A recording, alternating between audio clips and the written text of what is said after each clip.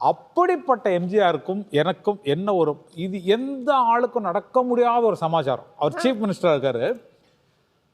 ஒரு chief minister தலையிட்டு சரி பண்ண வேண்டிய ஒரு காதல் கதை.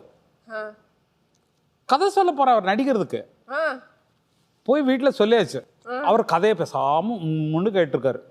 அவன் வந்து ரொம்ப சாதாரண ஒரு பையன், ஒரு அனாதை பையன்.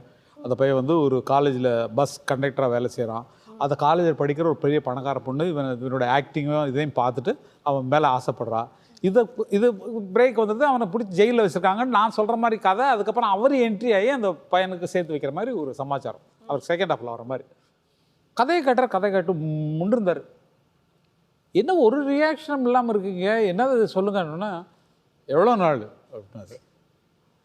உங்கள் இதுனா ஒரு 10 நாள் 15 நாள் முடிச்சலாம். மறுநாள் என்னாச்சு, சட்டசபையில் இது நடந்துட்டுருக்கு மீட்டிங். அப்புறம் மினிஸ்டர்லாம் பேசும்போது அமர் நேற்று வந்து ஒரு கதை சொன்னான், நல்லா இருந்ததுன்னு சொல்லி எல்லாம் சொல்கிறாங்க. கே ராஜாராம் சாரும் ஹண்டே சார் இப்போ இருக்காங்க, அவங்களுக்கு கேட்டால் கூட தெரியும்.